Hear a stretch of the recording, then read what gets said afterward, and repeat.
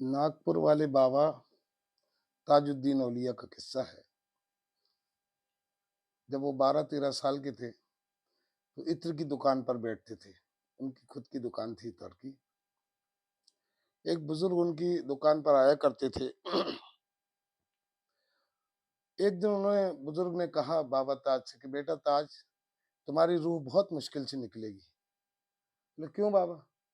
بولے تمہاری جو عطر سے بہت زیادہ تم محبت کرتے ہو، اس لیے تمہاری روح کبھی اس شیشی میں جائے گی، کبھی اس شیشی میں جائے گی، کبھی گلاب میں جائے گی، کبھی موگرے میں جائے گی، کبھی جنت الفردوس میں جائے گی، کبھی عود میں جائے گی۔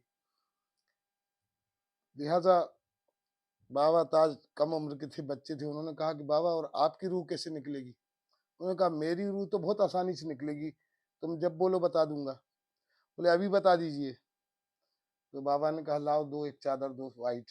انہوں نے سفید چادر لی اور بولے دیکھو بیٹا، میں ایسے وہاں پر باہر ایک فرشی بچھی ہوئی تھی، اس پہ لیٹ گئے اور منہ پہ اوڑھتے ہوئے انہوں نے کہا لا الہ الا اللہ محمد رسول اللہ۔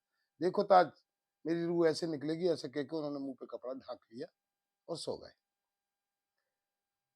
بابا تاج فری ہوئے جیسی گراہکوں سے، انہوں نے کہا بابا اٹھ جائیے، میں نے دیکھ لیا کہ آپ کی روح کیسے نکلے گی۔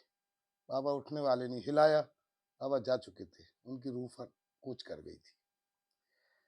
تو یہ جو واقعہ ہوا، یہ بابا تاج کو بہت اسٹرائک ہوئی، اس بات سے بہت عجیب، ان کے دل میں ہلچل مچ گئی، اور آخر میں انہوں نے فیصلہ کیا کہ یہ دنیا داری جو ہے اس سے زیادہ محبت نہیں کرنا چاہیے، اور آپ جو ہے پھر وہ دکان وکان سب چھوڑ کے اور اللہ راہ میں نکل گئے۔